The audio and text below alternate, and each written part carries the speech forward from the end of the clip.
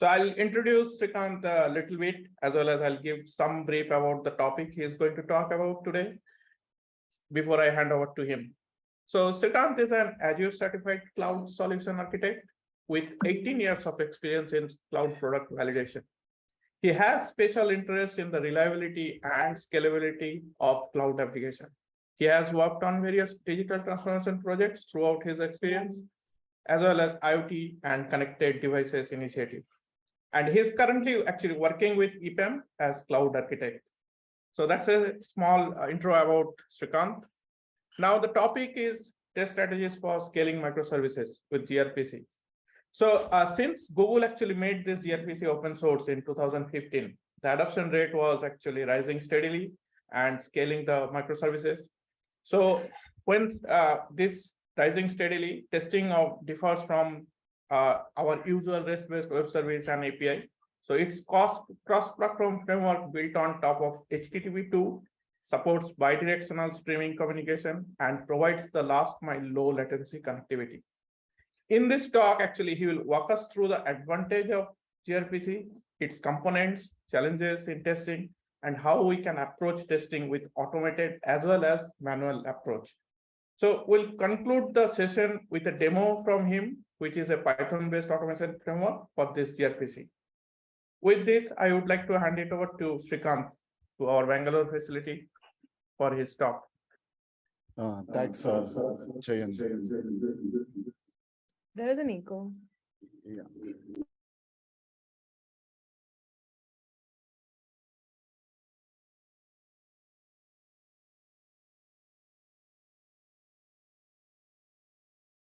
Thanks, Chayan, for your wonderful introduction about me and the topic which I'm going to talk. Srikanth, can you hold the mic a little closer?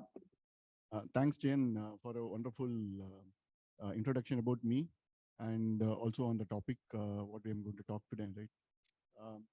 Let me start with a question to people, right? How many of you have seen or worked on gRPC-based applications? Mostly not much answers coming out. So gRPC, right? So as the name says, it is just a minute. I will just share the screen.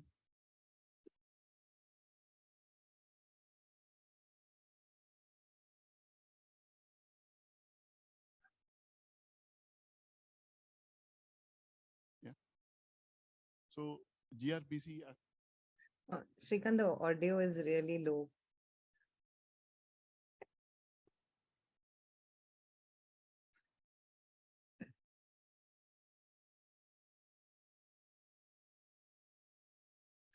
Okay.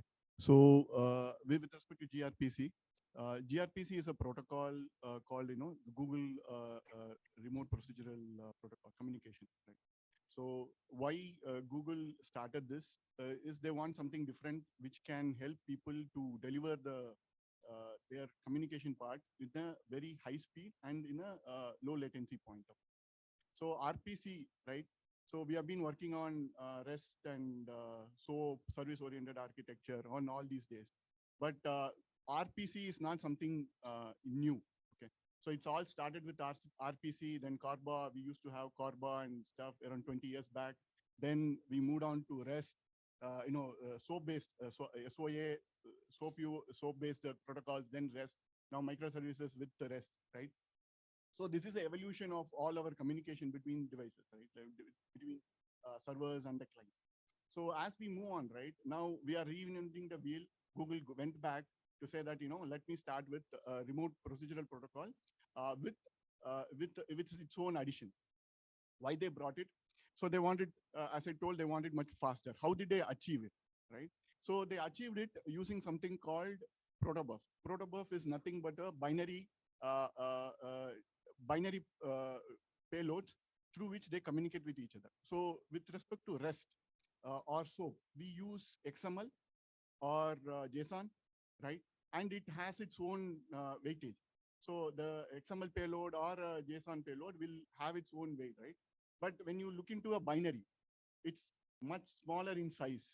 So obviously, once it is smaller in size, it's faster to, you don't need higher bandwidth. With the low latency, we can do it. And with the bandwidth available, you can also have a high throughput, right? It's all interrelated. And second, the another aspect which they use this is they took the advantage of HTTP2. So this protocol is built on HTTP2, which supports bidirectional and streaming communication. Okay, and that it stands out between REST and gRPC. REST also supports bidirectional communication. They also can run on HTTP2, but not to the level how gRPC does. Okay, that's the main difference, which when we start getting into the details, that is the main difference which will come. So that said, let's move. We might also think, okay, now I have this protocol in line. What is the support which I have, right? So they define the messages in a form of a protobuf. I will have a slide on that in this presentation. And also, we can create different types of clients. Say for REST, we don't need much, right? There is no SDKs are required. You need an endpoint. You can write with your own HTTP client. You can write in any of the languages and then call them, right? That's what we do. Here, they have a tool sets which will say that how I can convert my protobuf message into the language of my choice. If you are looking at in the slide, right, I have the picture in the right, where the protobuf gRPC server is written in C++, but the clients can be used with Ruby or any Android-based Java or any other language. In this particular presentation, I'm going to use Python. So this support is already available with gRPC, and you can, so that hence making it as a platform independent. Okay, so then moving on, when we say, okay, now gRPC is done, you said about, I spoke about the bidirectional view. What are the different types it supports? Say, what are the different types of gRPCs are available? Okay, there's some four, majorly I have written as 4, but we can keep it as 3. One is a urinary RPC call. So what is urinary RPC calls? It's typically same as how we say for REST, right? You send one request, I get a response. That's it, right? So I don't need to do anything further to that. That's a single message. I got a single message back. So that's urinary. So the second piece is on client streaming protocols. So in the streaming protocols, we have one client streaming and another is server streaming. What is client streaming? You, someone like, you ask someone, how are you? He will tell all his history about, I lived there, I ate this in the morning, I came through bus, my parking, I didn't find it in Thoughtworks. So all those things, he put it in a sequence. You ask one information, he'll give a lot of information back. So that's a streaming protocol, okay? So that's a server-side streaming. You ask one question, you get it back.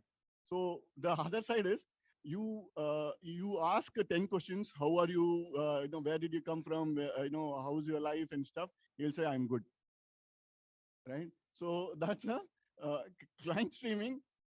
Response is in the urinary mode, right? The third thing is bidirectional streaming, wherein you ask something, two people, if you're looking at the big boss, right, in any of the languages, people will be there. I will be keep fighting with each other, right? So that's a bidirectional streaming. People will keep giving the response back for any of the questions or even irrelevant questions.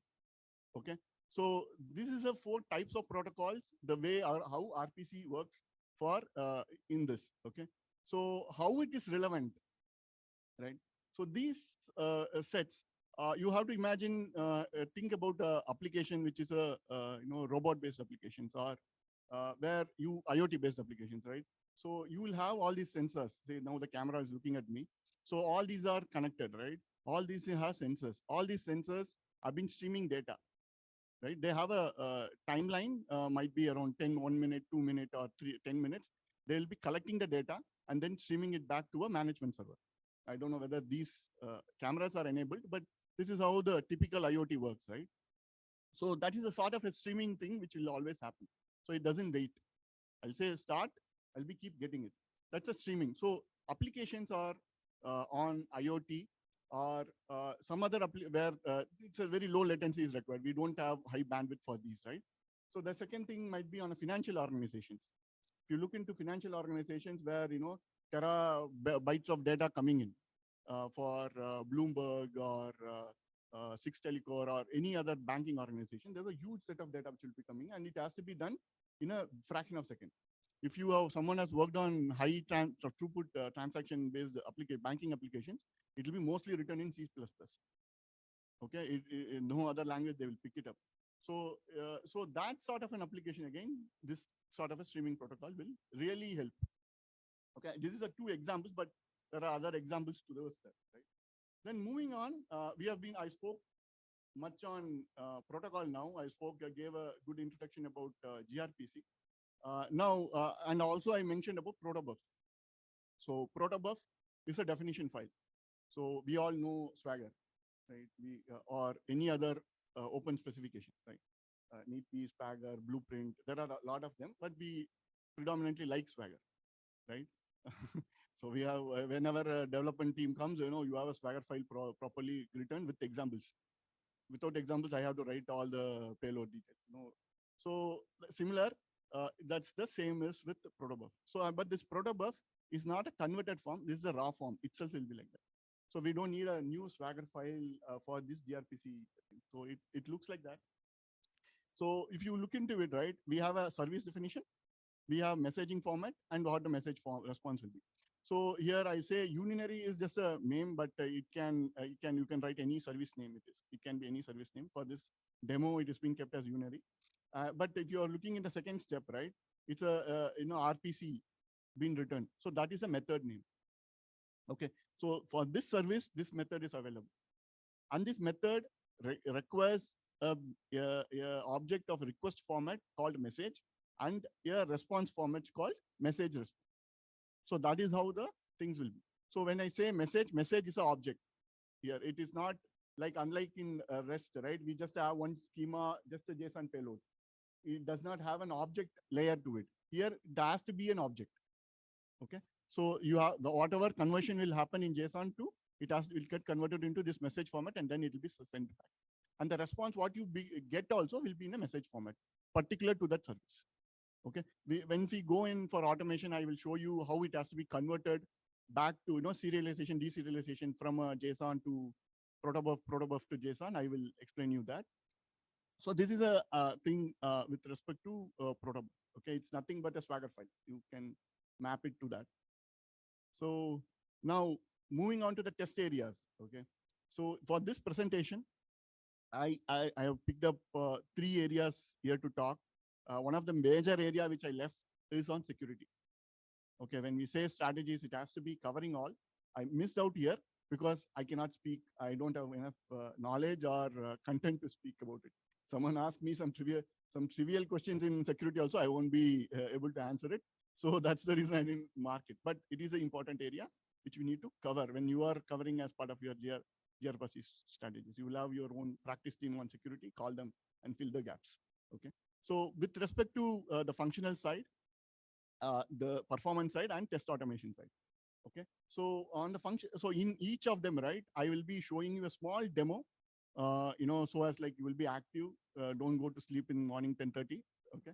So, so that's how I'll be driving it through, but don't think that it is not a very big application. Okay.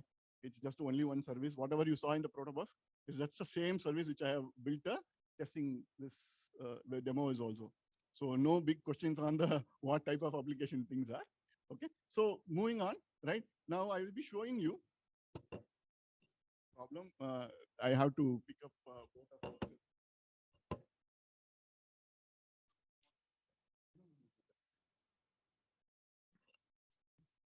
This is too much. Thanks for your extraordinary service here. Okay, so I will just start up with the application. Yeah.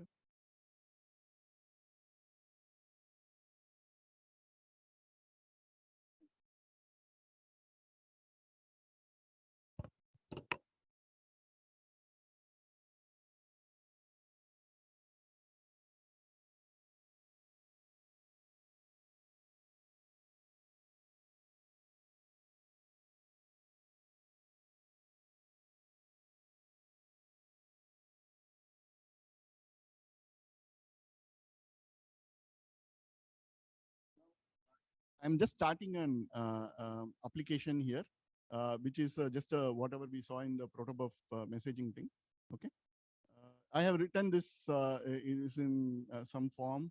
We have just written it as a server and we have kept it up. Now, the tool which I'm going to explain is Bloom RPC. So this is an open source tool. Uh, so the tool is Bloom RPC and it's an open source tool for testing, gRPC. So this tool is something which is already available. It's a GUI-based tool, right? Apart from this tool, there are other tools are available. gRPC curl is available for just like a curl command, what we send. And the Postman has given an upgrade. The latest version of Postman is supporting gRPC. Okay. So here, if you're seeing, there are two types of protos I have given. One is with the unary and another is bi-directional. Okay, two types of application. This tool is very simple.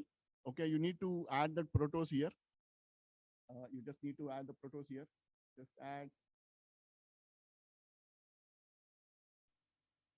tool, and then you have to give your method here. Okay, so just the method names, we can import it.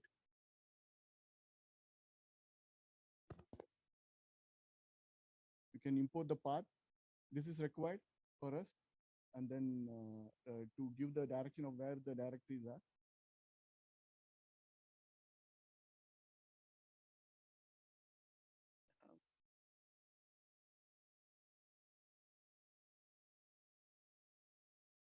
I have some problem with this.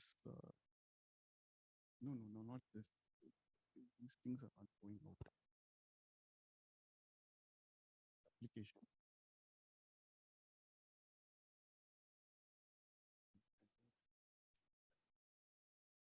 Yeah.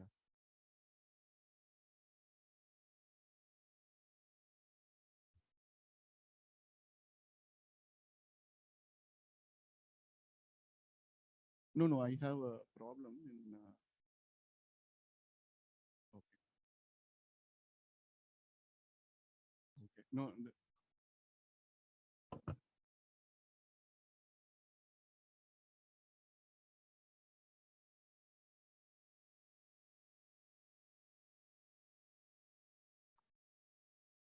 I had some problem with respect to alignment in my screen. Sorry for that. So if this is just a Protos addition here.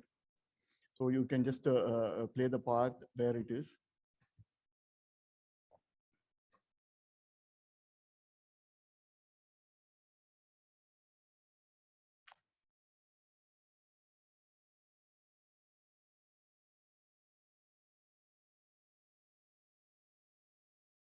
And then you can add the protos here, whichever file you want. Okay. So once that is done, we can just, here is where the protocol where it is running and the port name. And we can, so this here, it is a bidirectional flow. So if you are seeing in the left, it is streamings are coming. I've been sending the streams and I'm also receiving the streams. Okay. So this is what for the bidirectional, and unary is just a simple flow. We can just give one response, one request and one response. So this is on the Bloom RPC. When we are testing with for Bloom RPC, right? It's some of the things which we need to take care. It's more typical to what you do for REST-based protocols, right? So your data variation needs to be taken care, and what sort of inputs you need to give for the streaming protocol, right? That needs to be taken care. And why I stress on the streaming protocol is, so you need to have the environment to be ready in the back end. So as like this, it gives the respective response back, right? So for a device data, you need to have so many devices if you're getting a list of devices, and you should also do certain operations on them. So like say for an update operation, which the protocol will be giving a constant streaming of updates on a particular device. You need to do certain operations on the device also when you are calling this protocol. So as like you get the proper streaming back for validating it, right? So these are the things you might need to take care for the streaming protocols and this particular application. So let's move on.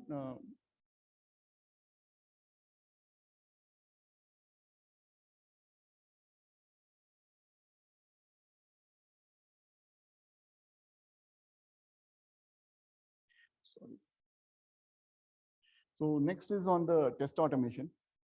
So before we move on to test automation, right? So it is a bit of a tough thing for test automation rather than going in for the rest of post protocols. The reason is there is no default automation framework which is available on gRPC in the market or in the open source. You cannot just let that go download something which already works for gRPC. So that's where some of the problems happens for test automations.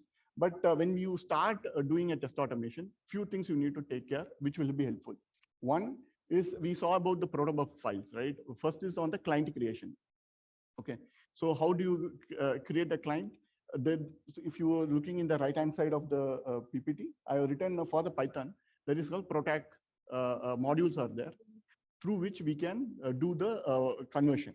Okay, so when you convert that proto file, the proto file will get converted into two Python files. One is called underscore pb2 and another is called underscore pb2 underscore gRPC. So the extension for them, right, remains same for any of the files which you create. Okay, what is the significance of them? One of the files will give you the stub for connectivity. Okay, the second one will give you the messaging details. Okay, so this is how you, from the proto, how are you getting the message object details is through this. So they will provide you the, and these files you should not be changing it. It should remains as is. Okay, the second piece is on the channel creation. So we have sessions, right, when we do with the REST. Here it is called channels, and the channels will be relative to one particular service. Okay, and the channels has to be alive. Like, it's not like you connect it once in a while. It will be always connected throughout the test. So the channel connection is very important. It might, go idle, or it can get connection lost. And it has two levels. One is on the secure and insecure mode, through which we can deal. In an insecure mode, we don't need to give any SSL details. For a secure mode, we have to give SSL details. Okay. And the third one is on the messaging type. How are you going to convert from a JSON form to messaging form, and message, message protobuf form to JSON? That conversion also is a very important piece. Otherwise, you won't have it working properly. Okay. The third one is on the auth details. Like, whenever you are sending any messages, sometimes we send also the session IDs or the authentication tokens, right? How are you going to send it in gRPC is very important here. Okay, so the auth token, they have something called metadata through which we will send it. The next is on the sync and async operations. gRPC supports both synchronization and async based operations. So if it is an async based operation, you need to have respective modules added. Okay, async IO you have to add it for Python. And how are you going to, relative to PyTest async IO is there for Python. Okay, so the similar protocols and the similar libraries will be there for every other language. You need to take care of that. Okay, the last one, the next is on the streaming and unary protocol. So we spoke about how I have to send the data, right? It is one request which I have to send it in one flow, right? So that's unary is simple. You just pick it up, convert it, send it. But for the streaming, you should have it in a way that it keeps sending that into one loop. It's one data split into multiple segments, and you have to keep sending it, right? That how you have to think when you are creating the modules, methods for them. You have to take care of it. Okay. The last one is reflections. So this is very interesting topic which I didn't cover much in detail here. Reflections will help. So I was speaking about those protocol, PB2 files and client files, right? If you don't have them, okay, client is not ready to give them, right? You can use reflections. So you don't need all those libraries part of your package. Okay, otherwise you have to add them into your Python imports. Here we don't need it. Using reflection, you can create them from the server itself. So that's an important topic. Please ponder upon if you want more in details there. Okay. So let me show you a very quick demo on this.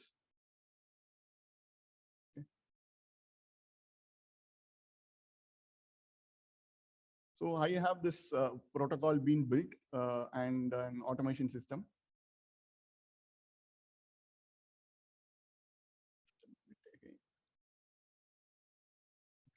So here I have split it into a couple of segments. One, I am using an async IO also. And then if you're looking at it, this is the PP2 files, which I spoke, right? And I have created a file for client creation, where you have for the protocols, say here insecure protocol it is, and the responses. So if it is a async IO, so if you are looking at it here, right, metadata information I'm passing, okay, if it is required. If it is not, then we don't need it. You can leave that as a empty space. And again, when you are looking at a streaming protocol, if you're looking at here, the way it's been sent is a bit different. Okay, and this is again an important aspect which you need to take care. And when you're looking into the application level, I have used these both of them. Okay, so if you, this is one is for the messages, this is the messaging part, and this is the stub part. Okay, so if you're looking at it here, the messaging part. So this is the message object I'm taking up. So every JSON payload will get converted into this message format and then being sent to the gRPC server. Okay, once that's and the stub also it is given here. So this is the one. This particular file is the one which we get created from the protobuf. The first one about the proto files conversion, it will come. Okay, so this is a stub. You have to use this stub and pass a channel to it. Okay, so channel is separate. You create a channel and pass it on to the stub. That's how the connection will be established. Okay, so let me run this quick, not a big test. It passed, obviously. I made it sure. So it's quite a quick one, but the test is simple as well. Not much of complications. But these are the aspects which you need to take care when you are executing it. Okay, if you follow these problem statements, you will be able to build an automation framework on gRPC, and it's not so tough once you know these nitty-gritties. The last piece of the presentation is on the performance testing. So when we say performance testing, right, it's a very important aspect for gRPC, protocol. Okay, because the most of the time the load will be on the server. Okay, apart from your throughput response time, which is part of our every performance testing projects, for gRPC, you also need to know the duration at which the streaming protocol works. Like say, for example, the streaming starts, how long the streaming connection is holding up. Okay, or if you and second thing is if the streaming starts, right, so the performance of the streams will be better as the time goes. Okay, that's how the gRPC is. So once the connection is established, the initial timing will be less, more, and after that the stream will be already, it will be passing through the data on the established stream. So it will be much faster. So those validations are very important when we are doing it. And also on the concurrency. So this is again simultaneous request, concurrent request. So how we do it in Python, any of the performance testing is again an important aspect. Here again, the more than the client, we will be testing on the server side performance. Okay. So that's with that. And what I have done is again a very small demo with respect to it.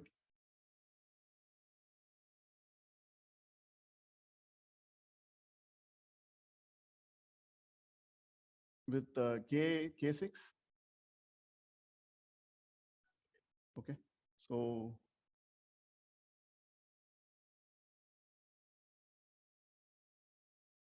this is the K6 I'm using. So when we are taking, it's again the same protocol, same stuff. It's a simple urinary protocol demo.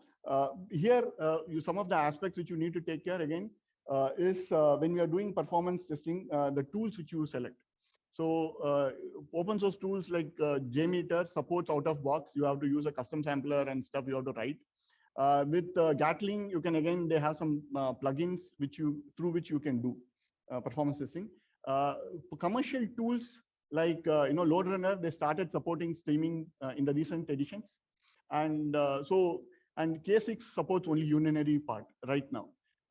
For the streaming, you need to they have implemented event loops, which I hope they will give an addition to streaming protocol support in the near days. Okay, so that's with the gRPC side of things. This is on the performance testing. You might see these data, whatever seen in the bottom below. It's more or less on the throughput side and stuff. Okay, I don't want to get into the details, but this is how the typical thing can be done. With this, I think I am completing my demo and my presentation. Any questions? Thank you, Srikanth, for this wonderful talk. So, Srikanth, we have one question from remote participants. So the question is, routes are static or dynamic in nature? What routes you are mentioning about? The question, if whoever has asked, can you be more specific about the routes? And in the meantime, maybe Samar from Bangalore, if in case anyone has any queries, can answer. And Anil from Gurgaon, Subha from Chennai. Hey, Chan, I think there is another question in the chat. Suresh is asking, can gRPC calls be monitored using access logs? Yeah, it can be used. So gRPC basically provides load balancing, monitoring, and health checks, which comes by default by itself. Okay, and it can be done. Sure. Okay. So one other when you're speaking about this monitored by calls, say something called interceptor is there in gRPC. Okay. Again, this is a good question. Wherein the way we do it for REST, right? We do a developer tools. You will be seeing the request response. It won't be the same in gRPC. You won't be able to see it. So you need to use something called interceptors. Python provides an interceptor, and there is something tool called the gRPC proxy, which will intercept the communication between the client and the server. So that is how we have to do. It is not just developer calls. So I think he mentioned he was referring to this particular information. I missed it out. I had it in my presentation, but I missed it out telling it. So thanks for it. Yeah. We have one more question from remote. Before Subha, I'll hand it over to you.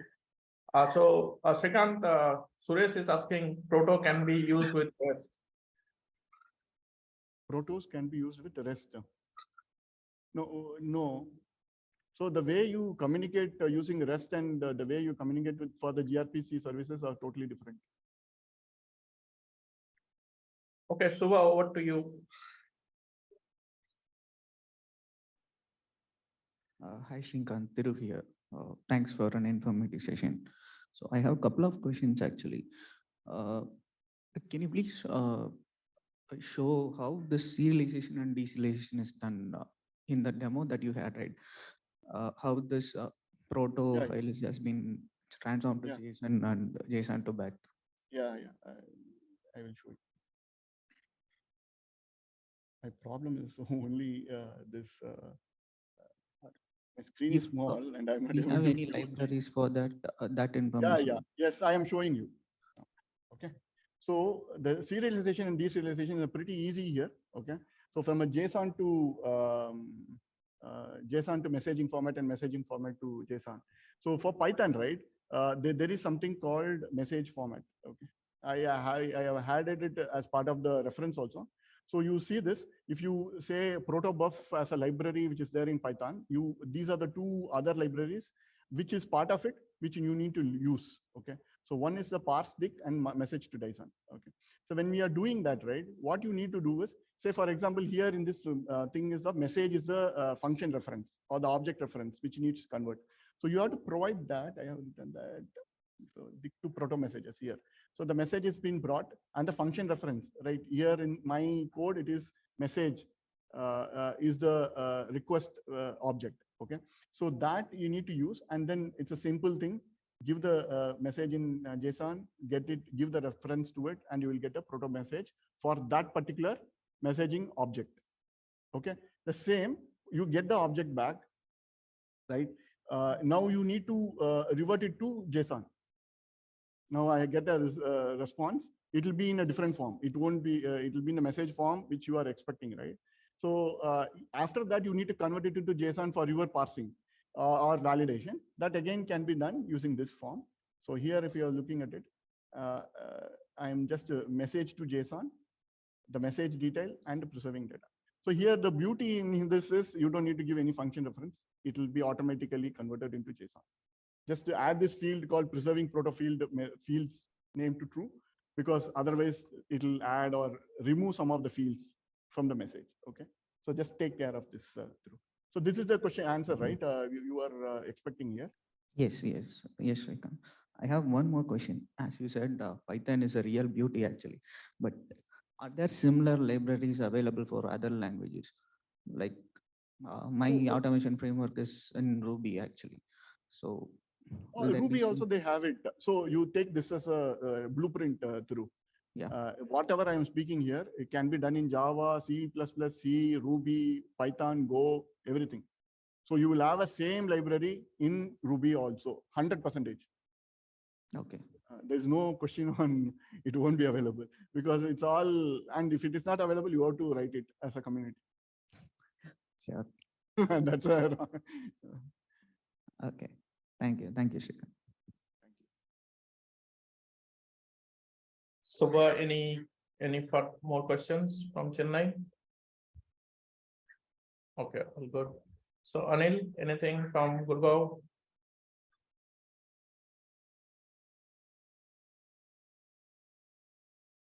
We have a question here. So, like you told, JMeter, it's supported by JMeter also, you know? No, JMeter, right? So JMeter can be extended, right? So if they don't have plugin, you have to write your own plugin. Otherwise, custom sampler, you can write it. As a Java custom sampler, you can write it and then add it, so it'll work. But see, when the analysis piece, right, I was able to do it with the JMeter, but again, streaming was a tough thing, okay? But we can still, my code in Java is not that great, but still we can implement it. But people have been successful with the Gatling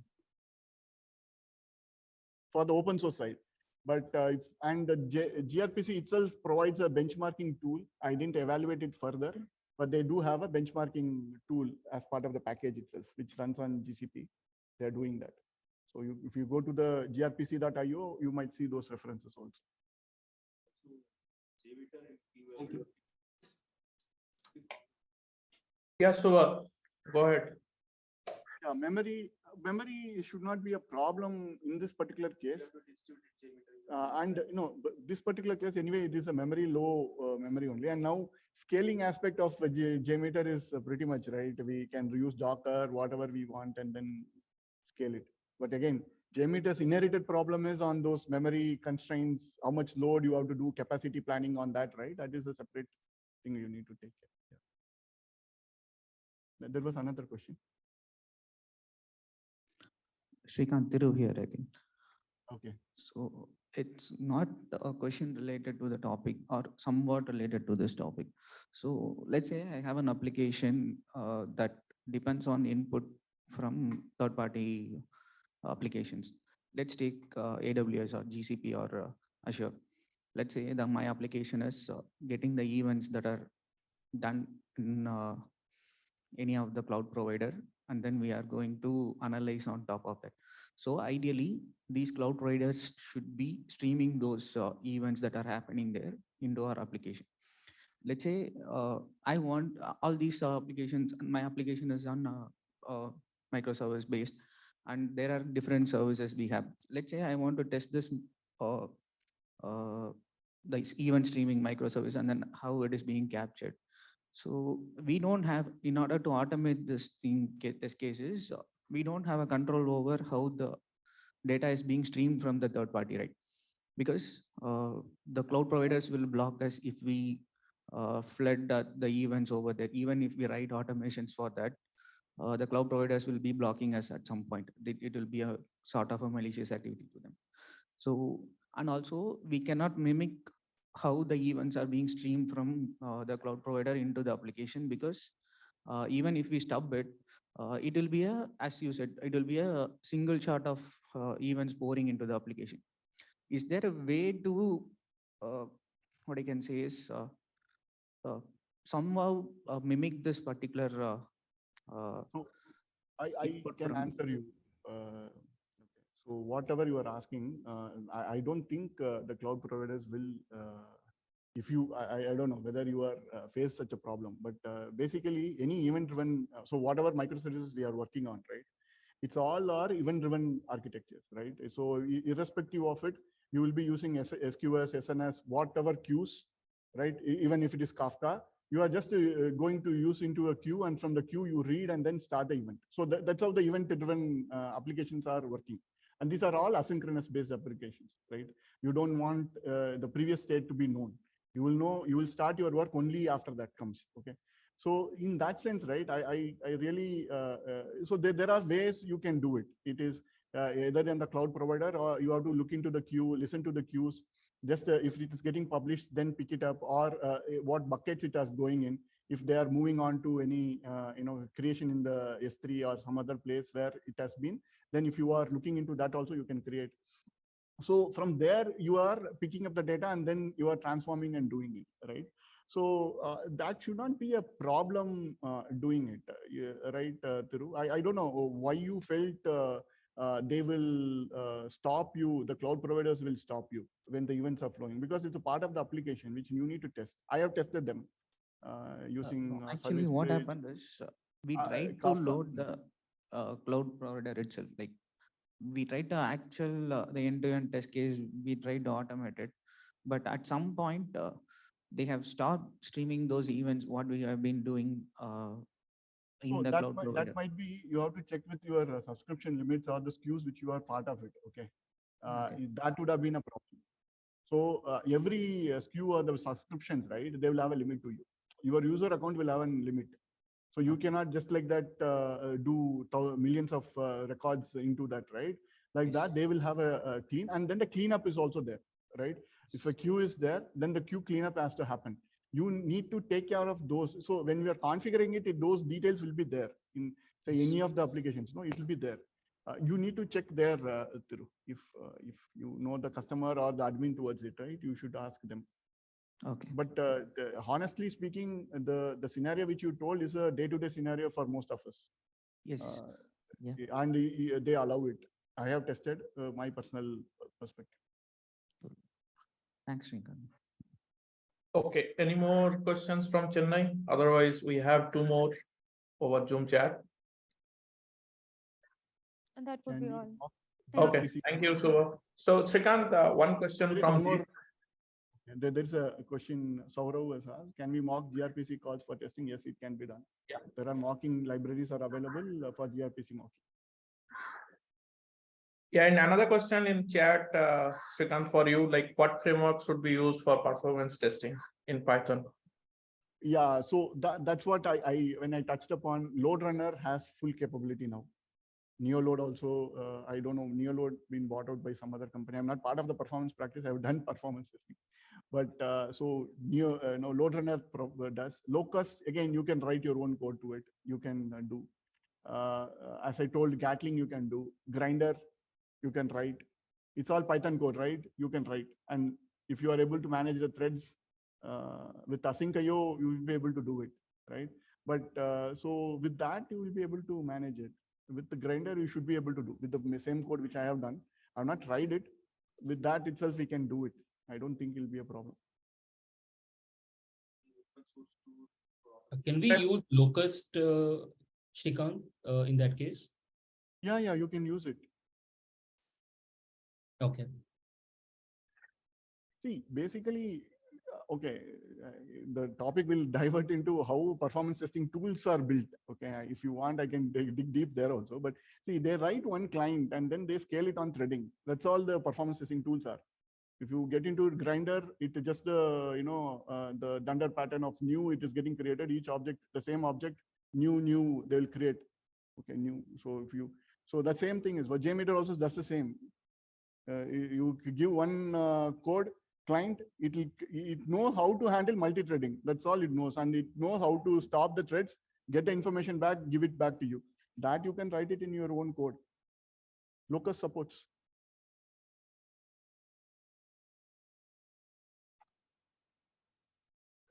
Anything from Bangalore or Gurgaon? than the performance. If we don't have any, then maybe Kinnari, can you? He's asking the question. Hello, can you hear us? We have a question from Bangalore. Yeah, Purnima, go ahead. This typical, yeah. So whatever solution is being built is trying to solve the problem. Right? So normally from the performance testing side, as in when we scale the number of requests, right? What are the typical bottlenecks that we see from this kind of a solution that implements? So that's the good question. I did cover it in part of the PPT also, some amount, right? See, this is more on a server-side intensive activity, okay? So the connection, how long the connection, the longevity test and all you do, right? So. Hey, Srikanth, sorry to interrupt. We couldn't hear the question. Could you please say it again? Okay. So his question was, what are the typical types of bottlenecks you find when you are doing a gRPC-based application testing? Thank you. So let me bring up if I'm missing out some points, okay? So, right. So if you're looking at here, right? So connection concurrency. Oops, sorry. So connection concurrency, it is more on how many clients can be connected to a particular server. So and how they can respond back simultaneously. Okay, typical way how you see for any of the things. But here is the connections will be persistent connections. They will hold the same connection lines. Okay, it won't be just I give it to you and come back. I still maintain the connection with the server. Okay, if it is streaming or urinary is okay, but streaming it needs to have the connection live. So the channels gets created. When the channel gets created, it's the live connection is being maintained. So how long that maintenance can be happening? So when you look into different types of clients, say for devices, I spoke about the IoT devices. So that have a much more impact, right? You are holding up the connection for long, and some connections we need to hold it for long. How it is going to perform, right? So that's a typical thing which will work. So your worker node in the server, how you are managing it, how their resource pooling happens, everything will come in there in the server side. So gRPC typically will have more on the server side. The second thing is on the message limiting on the streams. Okay, so the gRPC works on HTTP2. I mentioned. Okay, there is something called flow control as part of the HTTP2, which will control the message sizing limit. So what is the size level which I can do variation? So message variation is again a typical way we do for performance testing, right? We do payload increase, decrease, and all, right? Again, here if the flow control they set some data limits, then you will have a problem. Okay, again, this is one area which you can vary it with. The resiliency and checks, right? So gRPC has inbuilt resiliency control. Okay, it should be able to come back. But again, resiliency is a topic much bigger than this. Say if you are deploying it in Kubernetes, how it is getting replica sets and stuff, and then how it's connected. So those aspects on, so it's a typical thing on microservices. I won't call it out only for gRPC, but generally on microservices architecture, chaos testing, right? Or resiliency testing will come in play. Okay? So when you're doing that, when you are performance testing it, how my system is going to relate to. So it will be more on that. And the last two are, what are different types of clients, channels, number of connections. So those variation matrix, it's not just, I scale it, what type of connection, what type of response I need. So those things again will make a difference. So this is a bit, so this fourth point, right? It is a bit of a different when you are creating your workload modeling for performance testing. The last is typical throughput latency. We all know all the time. Yeah. Thank you, Srikanth. So we'll take one more last question before we move to the next.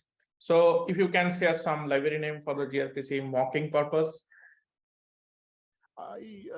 So I am not having it in top of my mind, but I can respond back to you. Okay. Yeah. Thank you. I think Kinnari, can I launch the feedback before we move to the next? Yes. Okay, thanks, guys. Thanks for good time. Yeah, thank you, Srikanth.